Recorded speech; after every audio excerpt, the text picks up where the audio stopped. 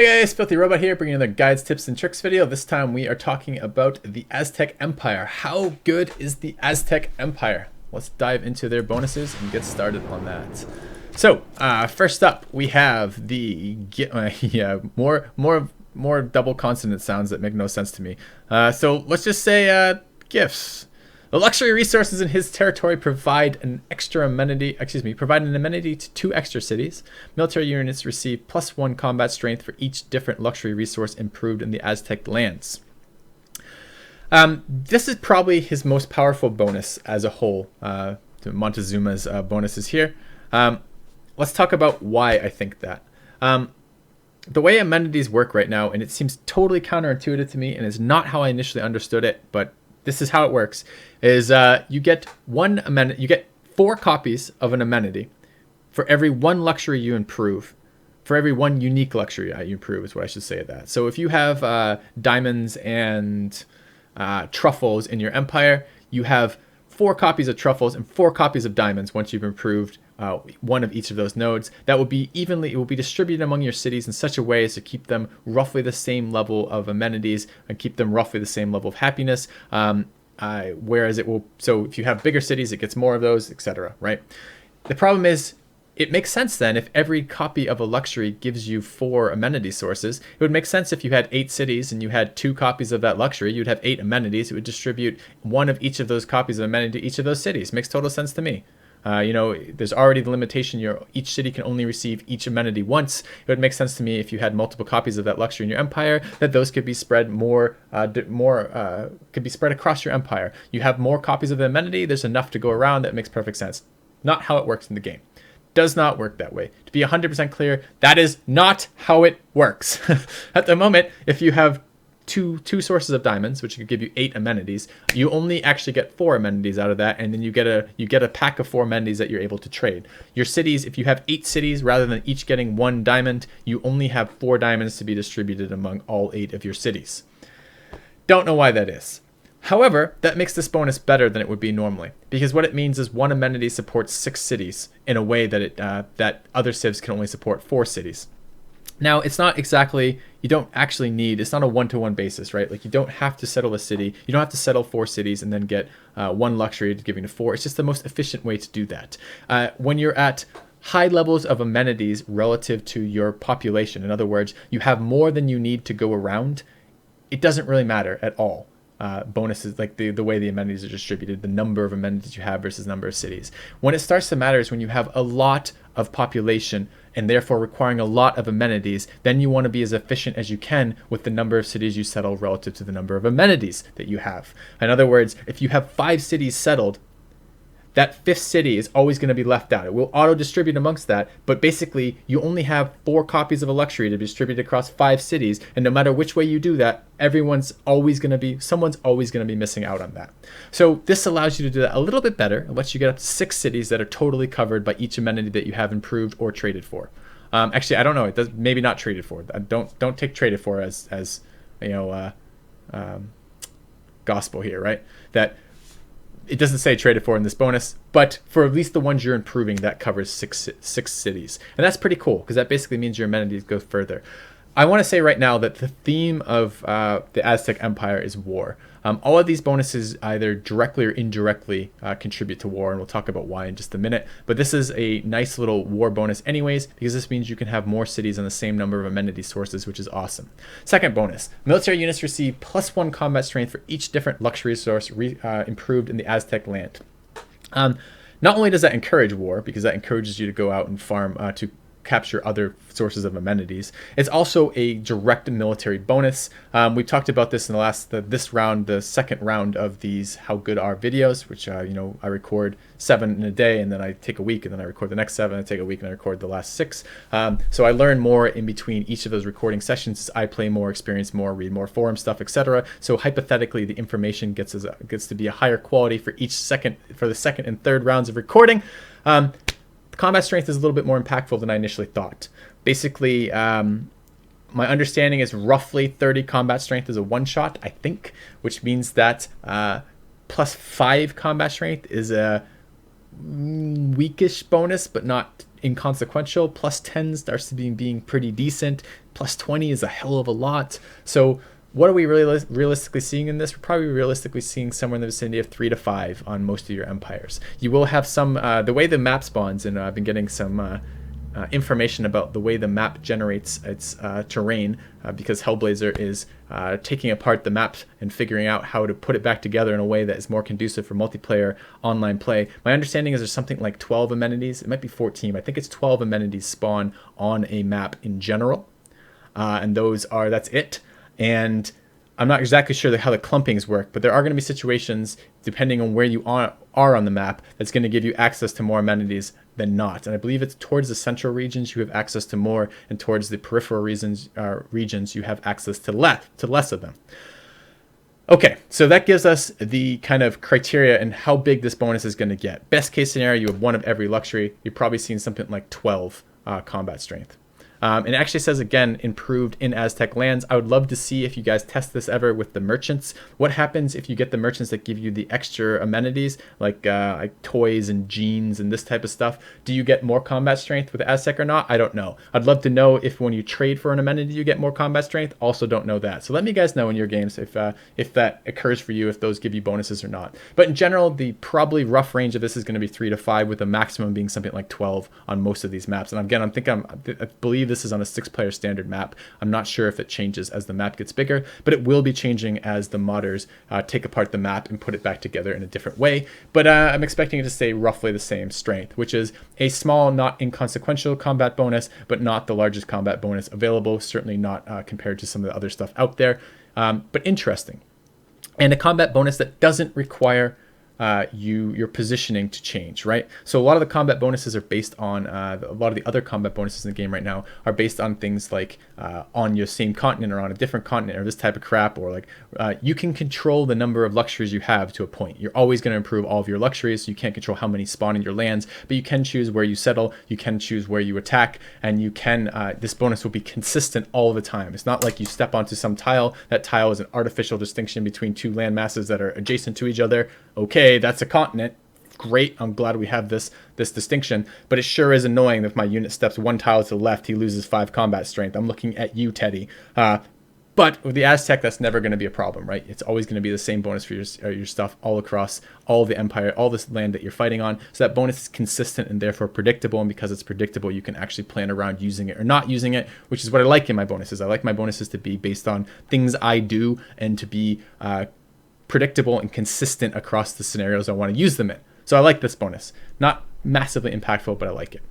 All right, let's take a look at Legends of the Five Suns. Spend builder charges, complete 20% of the original district costs. I don't know how to feel about this bonus. I think it's supposed to synergize with the Eagle Warrior. The Eagle Warrior, I don't like talking out of order, but I think it's necessary to mention this. The Eagle Warrior is a warrior replacement. He's stronger. He's, I think, 25 instead of 20, but we'll double check in a moment. Might even be 28 instead of 20. We'll check in just a second. But basically, when the Eagle Warrior last hits a unit, he has a % chance to, last hit and kills a unit, he has a % chance to create a builder with, I think it's your base number of charges, but it might just only be ever 3 charges. I don't know if that scales with pyramids or other policies, but at least 3 charges on that square with no movement points remaining on the builder. But that next turn you can run it away. Basically, it's supposed to be, you know, he's captured. It's like a it's slavery, or capturing the opponents to make them work for you. Now that should synergize really nicely with something like spending builder charges, because then you can be more aggressive in your usage of builders. You can spend them more freely because you're hypothetically going to be taking in more builders. I was even told when I was at the pre-release stuff over the summer that the Aztec had been nerfed, because it used to be you had a chance to do this when killing barbarians too. You could get a builder, and that was too powerful, so they nerfed it. So now it's only city-states and other civilizations.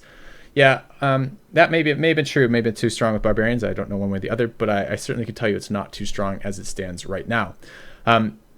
I guess we are going to do it. We're going to do this out of order. We're going to do Eagle Warrior and come back to Legend of the Five Suns. It's the only way that makes sense for doing this. So let's go to the Eagle Warrior. It might not even be on the tech tree because I think it's available at the start. It is, so we'll bring it in this way. All right, here's the Eagle Warrior. Yeah, 28 combat strength. So it's a warrior replacement, and it's much stronger. And actually, I'm curious about the cost now. 130. Does it go up in price compared to the warrior? Yeah, warrior's 80. So it is although you do start with one, which is nice. You start with an Eagle Warrior. If you're going to build more of them, they are more expensive, almost double I guess that's closer to 50% more. So 50% more than a warrior costs, although they're basically 50% stronger as well.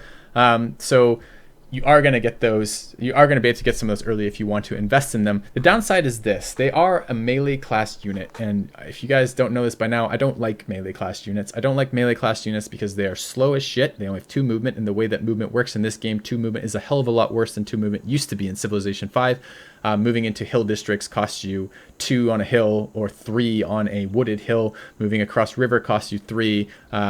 Moving into any sort of rough terrain is going to cost you a minimum of 2. And if you don't have the movement points, you can't attack into that unless you have all of your movement points available. Which means if you're not adjacent to it and it's rough terrain, with a melee unit that has 2 movement, you're never going to be able to attack it. So if there's an empty terrain in a hill, or an empty terrain in a marsh, or an empty terrain in a jungle, doesn't matter. Your unit's not going to be able to move into that empty terrain and then attack into that next terrain, which means that the melee units are too slow to really be doing much of anything for the bulk of the game. They spend all their time chasing, and they never can actually catch up and do anything. You really want horse units or ranged units, because ranged units don't care about how they just have to be within 2 tiles, and the horse units are 4 tiles, which is fast enough to enter almost all of that terrain from 2 or 3 tiles out, which is really, really nice. So the melee units are too slow to be all that effective to begin with. All right, so be it.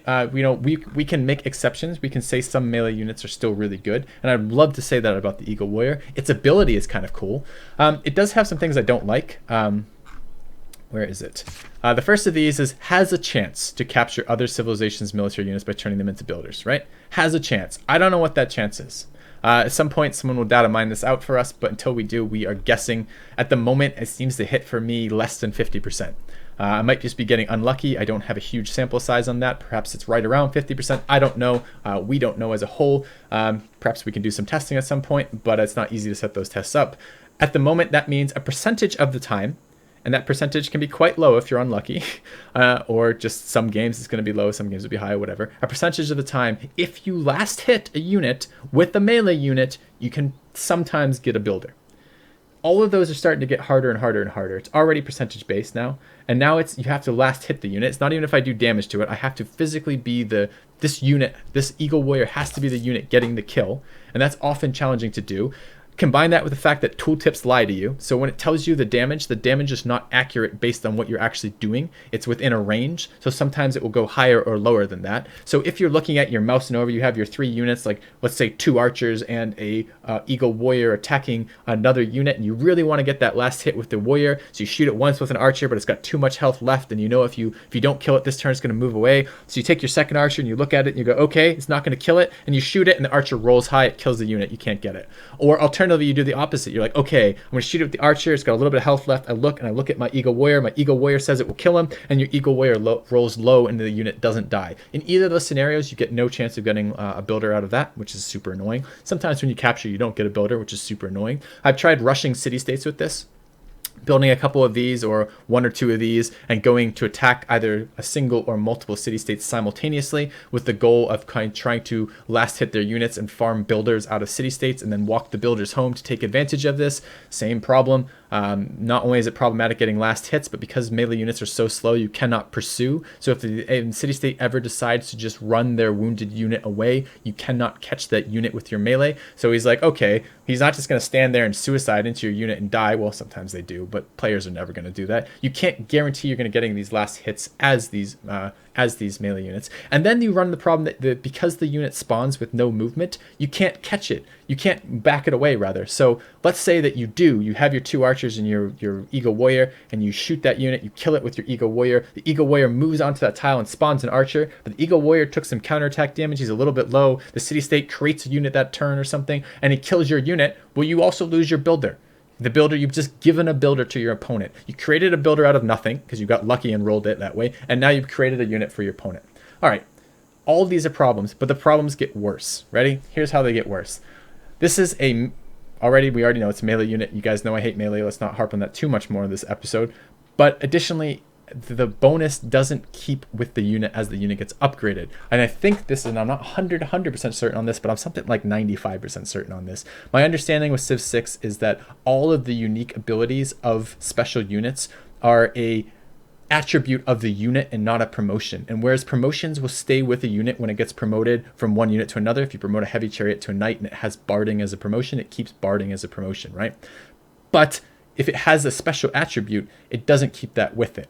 So as the Aztec Eagle Warrior promotes into a swordsman, which is going to happen in the classical era, right? As you can move through the tech tree at all, you're going to end up fighting players who have better ability to fight. You're going to have units that are as strong to compete with that as it upgrades into, like, for example, a swordsman. Or as the eras just move on and the Eagle Warrior is not relevant, you no longer have that ability to capture, to create builders. So that builder bonus is only for very early game war, something like the ancient or classical era. All right, we can understand that. Maybe it'd be too powerful if all their units could capture throughout the ages, or if maybe it would be too powerful if even the melee line could capture throughout the eras. But it's hard to get in a position where Eagle Warriors are going to be a meaningful unit to have in an early game war, and it's going to be early enough that you could still get the capture bonuses out of that. The eras move on. People, tech, and science. Military techs increase. You have to keep up with that if you're going to have a chance to war people. Warring people is expensive. Warring city-states may not be expensive, but warring people is expensive. And warring other human beings, or probably deity AI, has its downsides as well. That is quite expensive in the long term to do.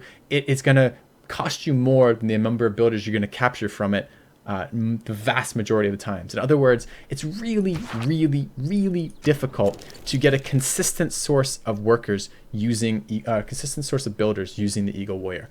Between the speed, the promotion path, the timing on it, just the way last hitting works, the fact that builders spawn with no movement, the positioning that a melee unit has to take to kill a unit, all of this is detrimental to actually getting builders out of that. And that doesn't even bring into the fact that you have to move the builders from where you capture them back to where they're going to be useful.